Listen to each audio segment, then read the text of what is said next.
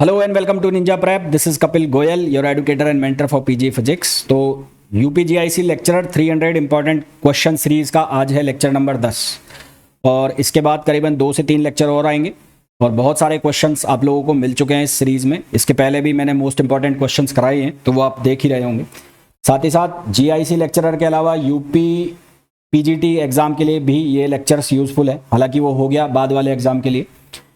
HPRCA का PGT physics का exam होने वाला है उसके लिए यूज़फुल हैं। चंडीगढ़ में जो पीजीटी की वैकेंसी आने वाली है उसके लिए यूज़फुल हैं। इसी तरह से जो यूकेपीएससी फिजिक्स लेक्चरर का एग्जाम है उसके लिए भी लेक्चर्स उतने ही यूज़फुल है। वीडियो को कंटिन्यू करूं उसके पहले रिक्वेस्ट रहेगी, प्लीज़ वीडियो को लाइक ज़रूर कर दें, ज़्यादा से ज़्यादा लाइक करें, ज़्यादा से ज़्यादा सब्सक्राइब करें, ज़्यादा से ज़्यादा शेयर करें, जिससे उन सभी लोगों के पास ये वीडियोज़ पहुँच जाए जो प्रिपरेशन कर रहे हैं ये जो पीजीटी फिजिक्स एग्जाम है इनके लिए। तो चलिए स्टार्ट करते हैं। तो क्वेश्चन फर्स्ट में हमें बोला गया है if the velocity of a body is doubled, यदि किसी बॉडी की वेलोसिटी को डबल कर दिया जाए तो उसकी जो काइनेटिक एनर्जी है, इनिशियल काइनेटिक एनर्जी की कितनी हो जाएगी। बहुत ही बेसिक सा क्वेश्चन है, तो हमें काइनेटिक एनर्जी का जो फॉर्मूला है वो पता होना चाहिए। क्या होता है, हाफ एम वी स्क्वायर। अब मान लो जो नई वेलोसिटी है वो है वी प्राइम, यहाँ पर साफ साफ लिखा है कि जो बाद की वेलोसिटी है इनिशियल की 2 गुना है, तो इसको 2 भी कर दो तो के प्राइम जो है वो कितना हो जाएगा, half M V prime square. यहाँ पर वैल्यू रखोगे तो ये बनाएगा कितना, half M V square. Initial kinetic energy कितनी है, के है, तो यहाँ से के प्राइम कितना हो जाएगा, ये हो जाएगा 4k। ये कितना हो जाएगा, 4k। तो ज़रूरी नहीं एग्जाम के अंदर आपको सारे क्वेश्चन ही टफ देखने को मिले, सिंपल क्वेश्चन भी देखने को मिल सकते हैं, इस तरह के भी होते हैं। तो एक एग्जाम में सारे ही टफ नहीं होंगे, सिंपल सिंपल क्वेश्चन भी होंगे। दूसरा क्वेश्चन देखो अब। दूसरा है in the figure a proton moves a distance d in a uniform electric field E as shown in the figure. Does the electric field do a positive or negative work on the proton? हमें ये जो work done है ये बताना है, negative होगा positive होगा, और फिर उसके बाद पोटेंशियल एनर्जी बतानी है। तो यहाँ सबसे पहली चीज़ ये देखो कि प्रोटॉन जो है वो मूव कर रहा है इलेक्ट्रिक फील्ड में। Proton moves a distance d in uniform electric field, ठीक। तो यहाँ पर ये जो प्रोटॉन है इलेक्ट्रिक फील्ड के ऑपोजिट जा रहा है, जैसा डायग्राम में शो हो रहा है। तो अकॉर्डिंग टू डायग्राम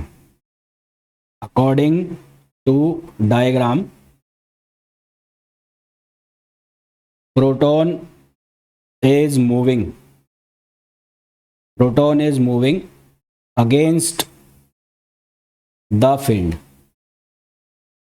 तो सबसे पहले फोर्स जो लगेगा प्रोटॉन पर वो कितना हो जाएगा, Q इंटू ई। ये तो फोर्स हो गया। अब आपको निकालना है वर्क डन। तो वर्क डन क्या होता है, फोर्स और डिस्प्लेसमेंट का डॉट प्रोडक्ट। अब फोर्स जो है वो ऐसे है ना, ये ऑपोजिट डायरेक्शन में, यहाँ देखो, और जो इलेक्ट्रिक फील्ड है वो ऐसे। तो यहाँ से डिस्प्लेसमेंट और जो फोर्स है, फोर्स अगर ये हो गया तो डिस्प्लेसमेंट ये हो गया। तो फोर्स और डिस्प्लेसमेंट के बीच एंगल हो गया कितने का, 180 डिग्री का। कितने का हो गया, 180 डिग्री का। तो यहाँ से बन जाएगा माइनस एफ इंटू डी, और एफ की वैल्यू कितनी है, क्यू ई है, तो ये हो जाएगा माइनस क्यू ई और डी, ये हो जाएगा। तो यहाँ जो वर्क डन है वो क्या आ जाएगा, नेगेटिव वर्क डन आ जाएगा। यहाँ जो वर्क डन की वैल्यू है कितनी आ जाएगी, नेगेटिव, पहला। तो पॉजिटिव वाला तो हमारा कैंसिल हो गया और डी भी कैंसिल हो गया। अब हमें निकालना है पोटेंशियल एनर्जी। तो पोटेंशियल एनर्जी जो होती है डेल्टा यू, वो बराबर होती है माइनस ऑफ वर्क डन। ये हमने पढ़ा हुआ है कंजर्वेटिव फोर्स के अंदर। कंजर्वेटिव जो फोर्स है उसकी वजह से वर्क डन और एनर्जी में रिलेशन होता है, वो है ये। तो अब यहाँ पर वर्क डन नेगेटिव आ गया तो डेल्टा यू की जो वैल्यू है माइनस ये और माइनस डब्ल्यू, तो कितना हो जाएगा, ये प्लस का डब्ल्यू, यानी कि डेल्टा यू जो है उसकी वैल्यू क्या हो जाएगी, 0 हो जाएगी। तो जो पोटेंशियल एनर्जी है वो क्या कर जाएगी, इंक्रीज कर जाएगी। तो सही आंसर हमारे पास क्या हो जाएगा, ए हो जाएगा। Next, a junction diode has a resistance. Junction diode का जो रेजिस्टेंस है आर डी, उसकी वैल्यू है 25 ओम, और फॉरवर्ड बायसिंग में ये है 2500 ओम व्हेन रिवर्स बायस। तो ये कब है, जब ये फॉरवर्ड बायस में, और 2500 ओम जब ये किसमें, रिवर्स बायस में। The current in the diode for arrangement. तो ये जो अरेंजमेंट हमें शो किया गया है इसके लिए हमें करंट बतानी है। तो सबसे पहले ये जो अरेंजमेंट है, ये अरेंजमेंट कौन सा है, फॉरवर्ड बायस है। ये जो अरेंजमेंट दिया हुआ है ये कौन सा है, फॉरवर्ड बायस। ये फॉरवर्ड बायस क्यों है, क्योंकि यहाँ पर जो हायर पोटेंशियल हो गया वो हो गया 5 वोल्ट, और लोअर पोटेंशियल हो गया, लोअर पोटेंशियल हो गया कितने पर, 0 वोल्ट। तो ये वाला जो साइड है, ये वाली साइड हमेशा किस पे होनी चाहिए, हाई पे, और ये वाली साइड अगर लो पे है तो ये कौन सा हो जाएगा, ये फॉरवर्ड बायसिंग। और अगर इसका उल्टा हो जाता मतलब 5 यहाँ पर पहुँच जाता, मतलब ये कनेक्शन ऐसे हो जाता, यहाँ पर हो जाता 5 और यहाँ पर हो जाता 0, तो ये कौन सा होता, रिवर्स बायस। तो फिलहाल ये कौन सा है, फॉरवर्ड बायस है। तो फॉरवर्ड बायस है तो हमारे पास रेजिस्टेंस कितना आएगा, 25 ओम आएगा, और 10 ओम ये हो गया। तो ये फॉरवर्ड बायस है तो नेट रेजिस्टेंस जो है वो कितना हो जाएगा, वो हो जाएगा RD और प्लस 10 ओम का ये हो गया। तो नेट रेजिस्टेंस हमारे पास कितना हो गया, 35 ओम हो गया। अब हमें क्या निकालना है, हमें निकालना है करंट। तो करंट क्या आ जाएगा, वोल्टेज अपॉन रेजिस्टेंस। तो वोल्टेज कितना आ जाएगा, 5 - 0 कितना हो गया, 5, और रेजिस्टेंस हो गया 35। तो आंसर हमारे पास कितना आएगा, 1/7 ampere, 1/7 ampere. Next, the diagram showing the variation of gravitational potential of earth with distance from the center of earth। तो हमारे पास जो स्पेयर है उसके अंदर जो पोटेंशियल का फॉर्मूला होता है, तो formula for potential inside a solid sphere, एक सॉलिड स्पेयर के अंदर पोटेंशियल का जो फॉर्मूला है वो क्या होता है, -Gm/2r³ और 3r² - r², जहाँ कैपिटल R जो होता है वो होता है रेडियस, और ये स्मॉल r है, ये है डिस्टेंस फ्रॉम सेंटर। अब हमें जब स्मॉल r की वैल्यू 0 है तो when small r equals to 0, तो v की जो वैल्यू है वो बनेगी -3Gm/2r, ये वैल्यू बनेगी v की, यानी कि नेगेटिव पोटेंशियल। तो ये वाला ऑप्शन तो कट हो गया तुम्हारा B, और ये वाला भी कट हो गया। तो दैट मीन्स कि जो वैल्यू है वो हमारे पास कौन सी वैल्यू है, वो हमारे पास या तो A है और या फिर C है। फिर उसके बाद आप R की वैल्यू को जो है वो कितना करो, R की वैल्यू को कैपिटल R करो। तो when R equals to capital R, तो ये कितना बनेगा, -Gm/2r³, और यहाँ से बन जाएगा 2r², क्योंकि R स्क्वायर करोगे तो 3r² में से 2r², तो 2r², तो यहाँ से बनेगा -Gm/R, यानी कि जो सरफेस के ऊपर पोटेंशियल होता है वो आ गया, तो यहाँ -3Gm/2r था और यहाँ 2r था, यानी कि पोटेंशियल कम हो रहा है, तो कांस्टेंट तो चल नहीं रहा है। दैट मीन्स कि ये वाला हमारे पास आंसर आएगा, मीन्स कि ये पैराबोलिकली क्या करेगा, वेरी करेगा। फिर इसकी R की वैल्यू को मैं कम करूंगा और ये बढ़ाऊंगा, तो फिर ये और वैल्यू जो है वो लगातार पैराबोलिकली कहाँ जाती जाएगी, ऊपर की तरफ जाती जाएगी। तो हमारे पास आंसर क्या आ जाएगा, C आ जाएगा। Next, a slit of 0.5 mm wide, slit की जो विड्थ है वो है 0.5 mm, causes a diffraction pattern on screen 3 metre away, screen जो है वो कितना मीटर दूर है, 3 मीटर अवे है। When illuminated with sodium light of wavelength, sodium light की जो वेवलेंथ है वो है 5890 आर्मस्ट्रॉन्ग। फिर बोला है find the distance from the central image to first dark band. तो ये जो फॉर्मूला है डिस्टेंस वाला कौन सा होता है, y इक्वल्स टू λd/d, यही तो फॉर्मूला होता है जब हम सेंट्रल इमेज की फर्स्ट डार्क बैंड से या डार्क 2 के बीच में जब हम डिस्टेंस निकालते हैं तो वैसे निकालते हैं, तो λd/d। तो लैम्बडा की जो वैल्यू है वो हो गई 5890 इंटू 10⁻⁻10, कैपिटल D की वैल्यू हो गई 3 मीटर, और स्मॉल d, तो ये जो वैल्यू है हमारे पास ये कितनी हो गई है, ये हो गई हमारे पास A 0.5, इसको A लिख लो। तो ये वैल्यू हमारे पास कितनी हो गई, A। तो यहाँ से जब हम सॉल्व करेंगे इसको तो हमारे पास जो आंसर आएगा वो आएगा 3.53 mm, जो कि आंसर आ जाएगा C। नेक्स्ट देखो, a small block slides without friction down an incline plane starting from rest, let Sn be the distance travelled from time t equals to n-1 to t equals to n। Sn/n+1 की value हमें निकालनी है। तो starting from rest है, तो u की जो value है वो 0 है, तो s बराबर कौन सा फॉर्मूला हम यूज करेंगे, हाफ AT²।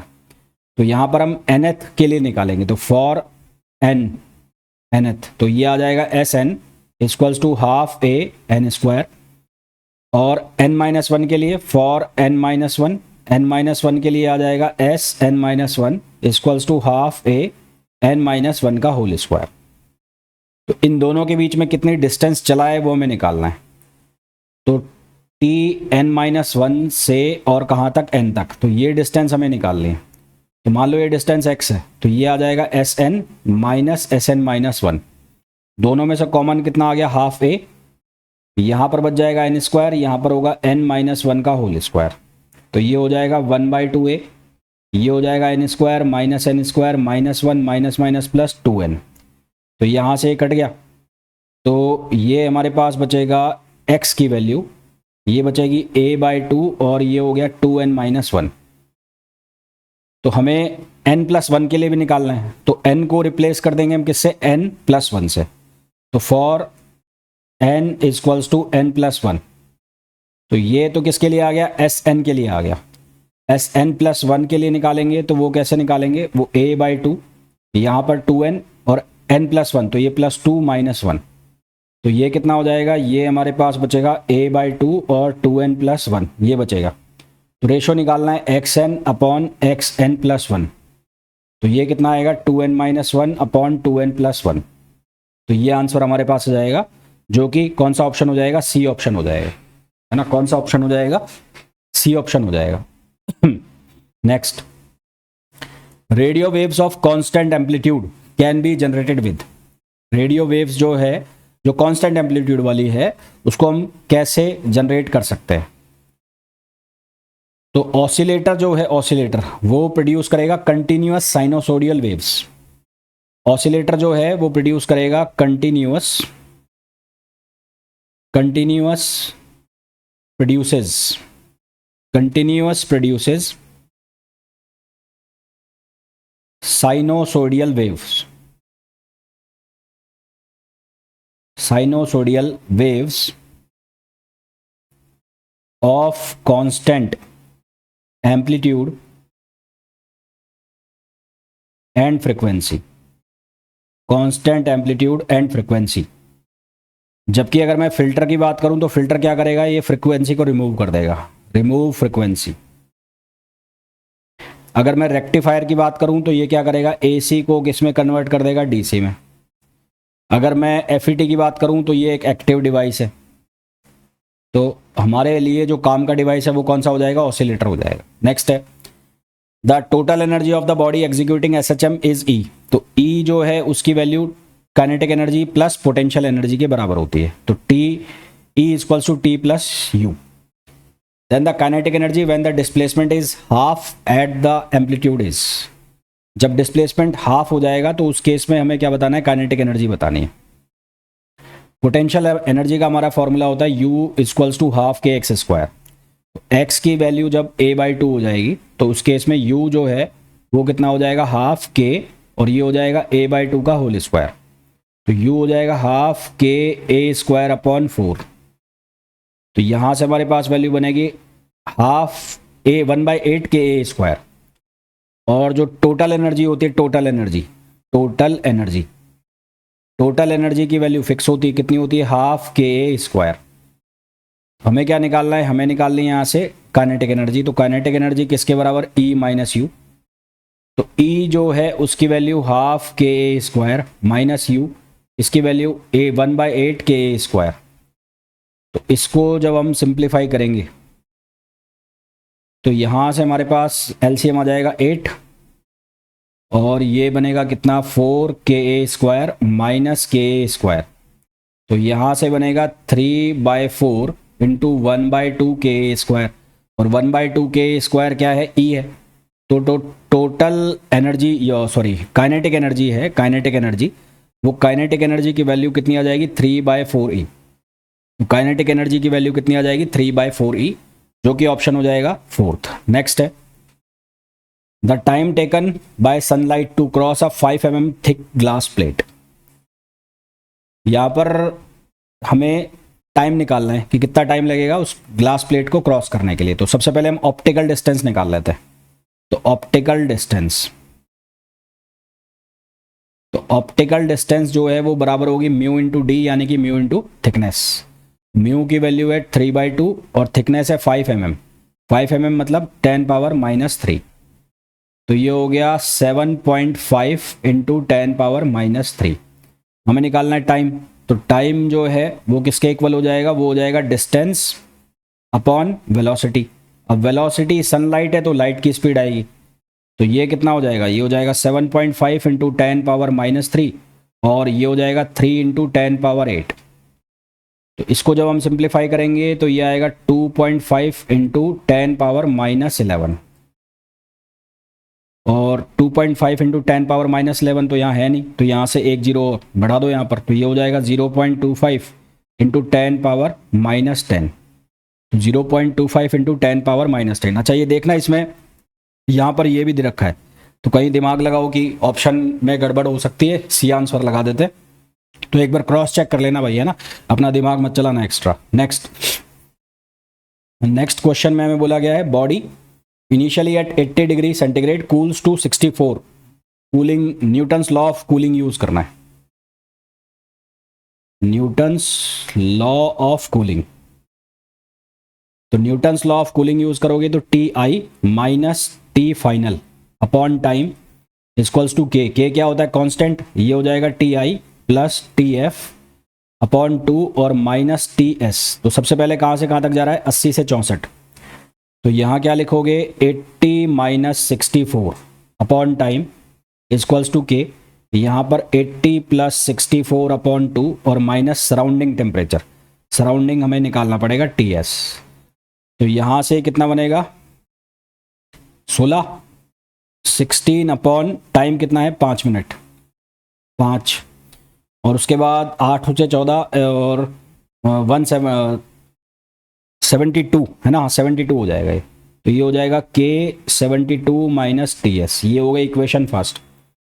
उसके बाद बोला है and 52 degree centigrade in 10 minutes, तो 64 से 52 अगले 5 मिनट में, है ना। तो पहला 5 मिनट और फिर अगले 5 मिनट में 64 से 52 आ गया।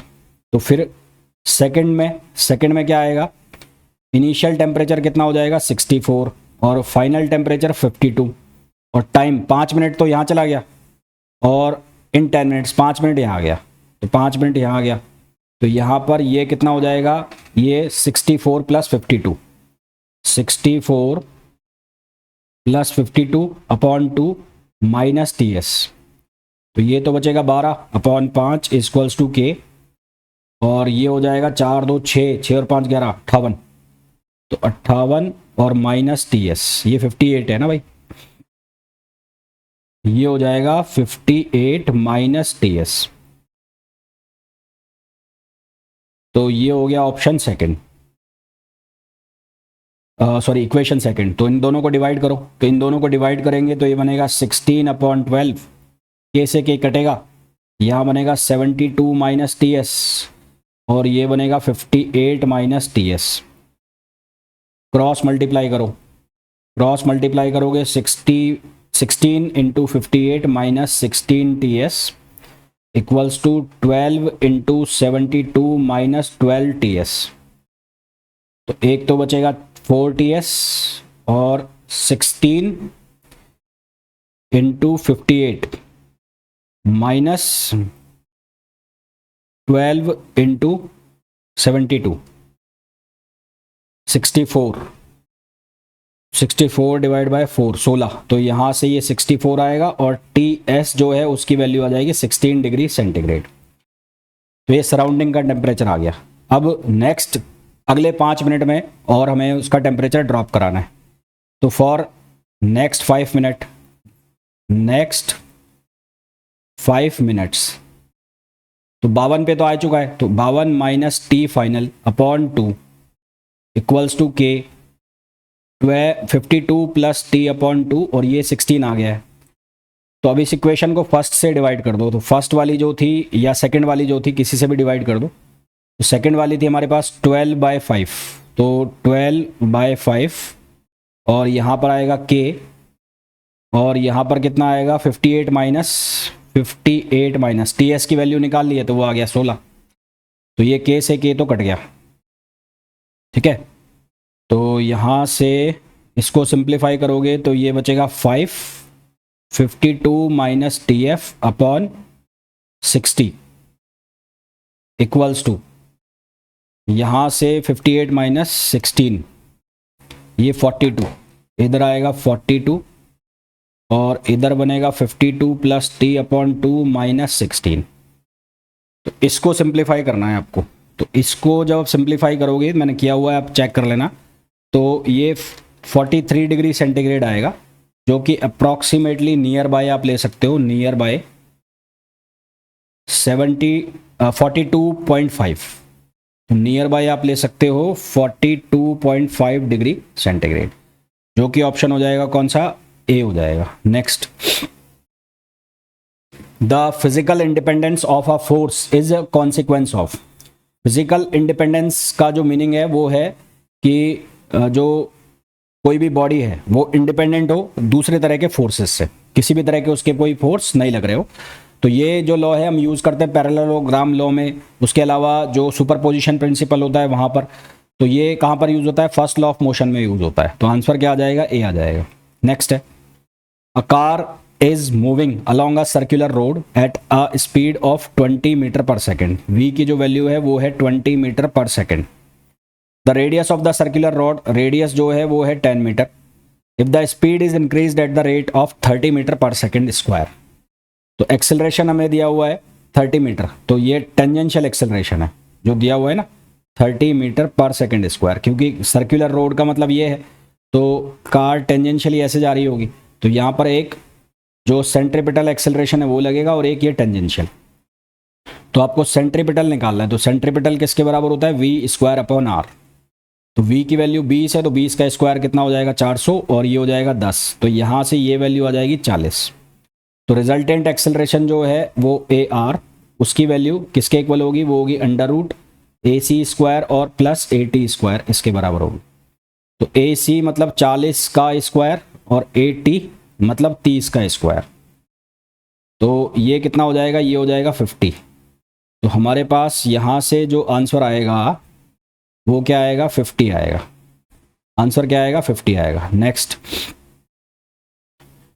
N electric dipole is placed at an angle of 30 degree to a non uniform electric field. Non uniform electric field मतलब ये कुछ इस तरह का फील्ड हो गया, नॉन इक्विप स्पेस्ड लाइन हो गई, तो ये नॉन यूनिफॉर्म इलेक्ट्रिक फील्ड है। ई कोई लाइन बड़ी जा रही होगी ऐसे, कोई छोटी होगी, या रैंडमली किसी डायरेक्शन में लाइन होगी। तो इसमें इलेक्ट्रिक डाइपोल प्लेस्ड है 30 डिग्री के एंगल पर, तो ये डाइपोल हो गया, ये डाइपोल हो गया, और ये कितने एंगल पर प्लेस्ड है, 30 डिग्री पर। ठीक है, तो मान लो ये डिस्टेंस है डी, तो एक चार्ज यहाँ पर होगा Q माइनस का, और एक चार्ज यहाँ पर होगा प्लस का Q। तो यहाँ पर जो फोर्स है F equals two plus Q1E, उसकी वैल्यू अलग होगी E1, और F2 के ऊपर जो होगा वो होगा माइनस QE2, क्योंकि यहाँ पर फील्ड अलग अलग है, तो दोनों फोर्स जो है नेट फोर्स वो जीरो नहीं होगा, तो यहाँ पर नेट फोर्स जीरो नहीं होगा, और जो टॉर्क है वो भी जीरो नहीं होगा, और टॉर्क जो है, टॉर्क वो होता है PE और साइन थीटा, तो वो तो वैसे ही जीरो नहीं होगा, तो ये भी जीरो नहीं होगा। तो द डाइपोल विल एक्सपीरियंस, तो डाइपोल क्या एक्सपीरियंस करेगा, तो उसके ऊपर टॉर्क भी लगेगा और ट्रांसलेशन फोर्स भी लगेगा। अगर ये यूनिफॉर्म इलेक्ट्रिक फील्ड होता तो यहाँ पर फोर्स जीरो हो जाता, टॉर्क एग्जिस्ट करता।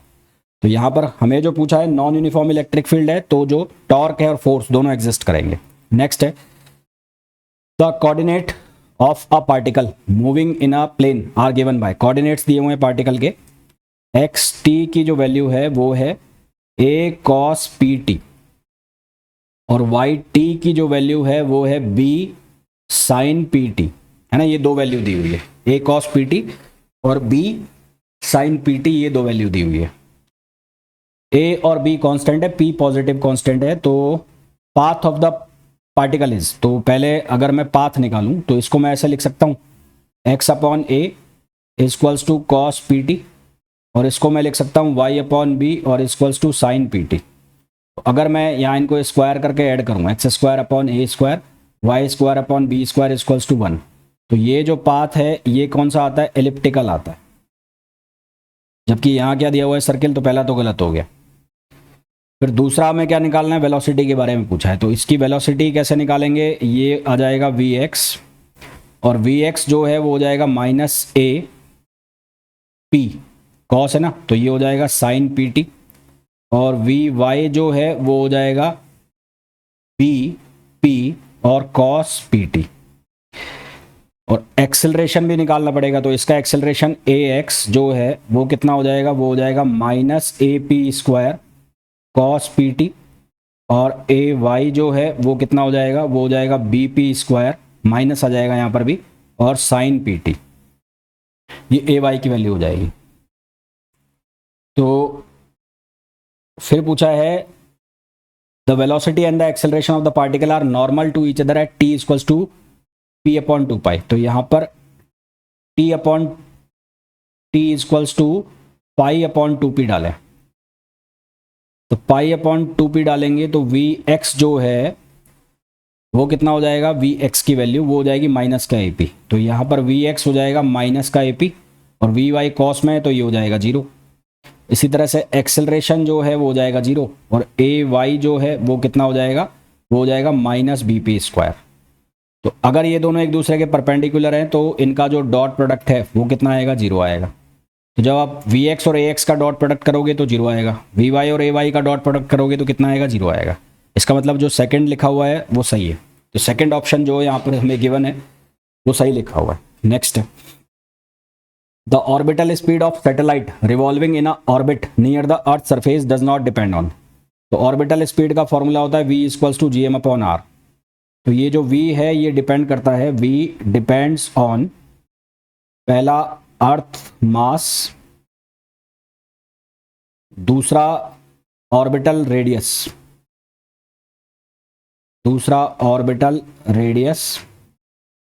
और तीसरा ये डिपेंड करता है अर्थ रेडियस।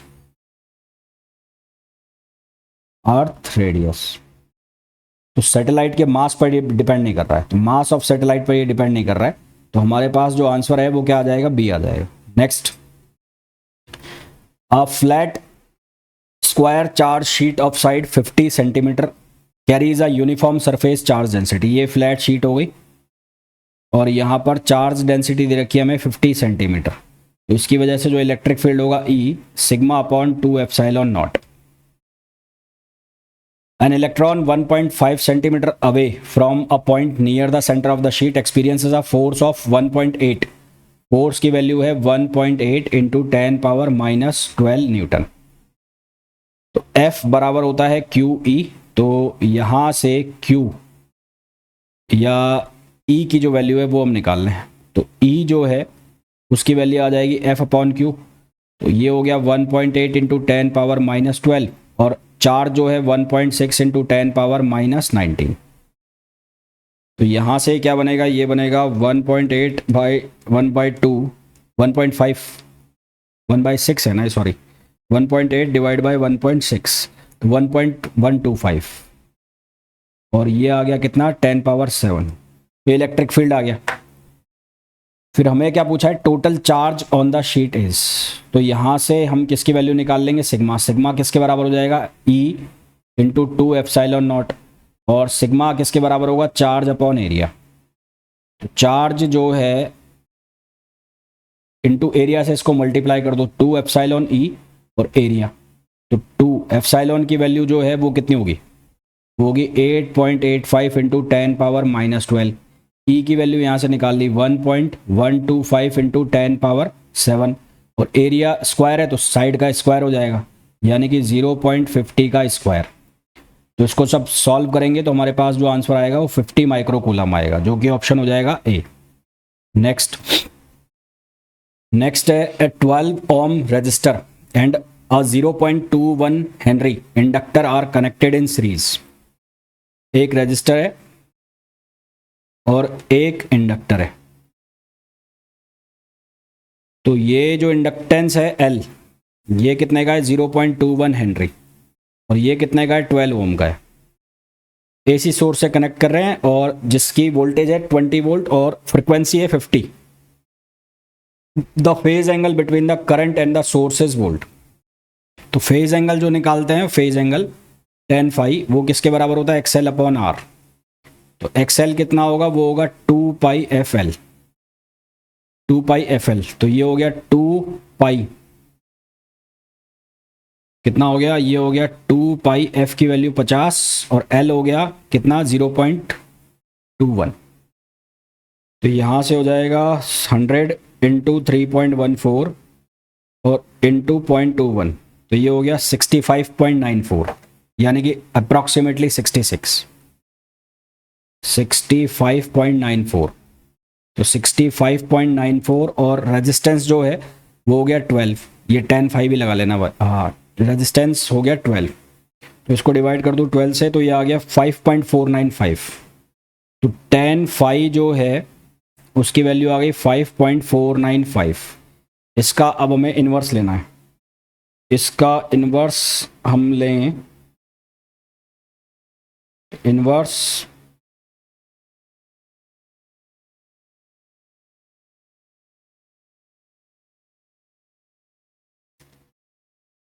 tan इनवर्स 5.495, तो ये अप्रॉक्सीमेटली 80 डिग्री आंसर आएगा। तो फाई जो है उसकी वैल्यू कितनी होगी, 80 डिग्री होगी। तो आंसर हमारे पास क्या आएगा, 80 आएगा। Next, a convex lens and a concave lens each having same focal length. For convex lens, convex lens, तो कॉन्वेक्स लेंस के लिए यदि फोकल लेंथ निकालें तो कितनी होगी, +25 सेंटीमीटर, और यदि कॉनकेव के लिए निकालें तो वो हो जाएगी -25 सेंटीमीटर। कॉम्बिनेशन करना है, कॉम्बिनेशन करना है तो 1/f equals to 1/f1 plus 1/f2। तो यहाँ 1/25 माइनस 1/25, तो ये तो हो जाएगा कितना, 1/f 1/25 1/25, ये तो हो गया 0। एक मिनट, हमें पावर निकालनी है ना, पावर निकालनी। तो पावर इक्वल्स टू होता है 1/f1, तो P equals to P1 plus P2। तो ये हो गया 1/0.25 माइनस 1/0.25, ये तो 0 हो गया। पावर जो है वो कितनी आ जाएगी, 0 आ जाएगी। Next, an aeroplane moves 400 metre towards north. तो 400 मीटर ये नॉर्थ में गया, 400 मीटर नॉर्थ में, और 300 मीटर टुवर्ड्स वेस्ट, तो ये गया 300 मीटर टुवर्ड्स वेस्ट। तो ये जो है ये वाला, ये कितना हो जाएगा, ये हो जाएगा 16 और 3 9, तो ये हो जाएगा हमारे पास 500। तो यहाँ से इसको मैं सॉल्व कर देता हूँ एक बार। ये बन जाएगा 3000 का स्क्वायर प्लस ये बन जाएगा 4000 का स्क्वायर, तो ये हो जाएगा हमारे पास 500। और उसके बाद ये अपवर्ड डायरेक्शन में जा रहा है, वर्टिकली अपवर्ड। तो ये वर्टिकली अपवर्ड का मतलब ये हो गया ऐसे, मतलब ऐसे सीधा। तो यहाँ से ये निकालना है हमें, ये वाली। तो ये जो डिस्टेंस होगी ये कितनी होगी, ये कैसे गया 1200 मीटर। तो ये गया 1200 का स्क्वायर प्लस 500 का स्क्वायर, ये करोगे आप। तो इसको जब आपने करा तो 5 का स्क्वायर 25, तो 500 स्क्वायर प्लस 1200 स्क्वायर और इसका रूट, तो ये आएगा 1300। जब आप इसको सॉल्व करोगे तो आंसर आपको मिलेगा 1300 मीटर, जो कि कौन सा ऑप्शन होगा, ए होगा। Next, De Morgan theorem. De Morgan theorem में अगर लिखा हो ए बी का मॉड, तो ये बनेगा ए मॉड प्लस बी मॉड। तो यहाँ लिखा है ए बी और सी का मॉड, तो ये हो जाएगा A mod plus B mod plus C mod. तो आंसर हमारे पास क्या आएगा, ए आ जाएगा। नेक्स्ट है AC circuit with EMF E equals to 200 sin omega T, current दी हुई है, contains a capacitance and inductance, then the value of power factor is. यहाँ EMF जो है E वो है 200 sin ओमेगा टी, और करंट जो है वो है I0 sin ओमेगा टी। दोनों सेम फेज में, E and I are in same phase, E and I are in same phase, दोनों सेम फेज में है। तो यहाँ पर जो सेम फेज का मतलब फाई की जो वैल्यू है वो 0 डिग्री है। तो cos फाई कितना हो जाएगा, cos 0 डिग्री कितना आ जाएगा, 1 आ जाएगा। तो यहाँ पावर फैक्टर कितना आ जाएगा, 1 आ जाएगा। Next, in an AC generator a coil with n turns, all of them same area A and total resistance R, rotates with frequency omega in magnetic field B, the maximum value of EMF। तो flux की जो value होती है इस case में वो होती है NBA cos ओमेगा t, और EMF जो आएगा वो आएगा -d∅/dt।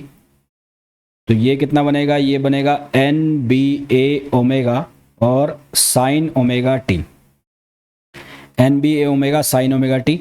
मैक्सिमम के लिए तो E मैक्स के लिए साइन ओमेगा t की वैल्यू कितनी हो जाएगी, 1। तो ये कितना हो जाएगा, NBA ओमेगा। तो आंसर कितना आ जाएगा, NBA ओमेगा, जो कि ऑप्शन हो जाएगा C। नेक्स्ट है, lambda m denotes the wavelength at which the radioactive emission from a black body at temperature T(K) is maximum। तो वीन्स डिस्प्लेसमेंट लॉ,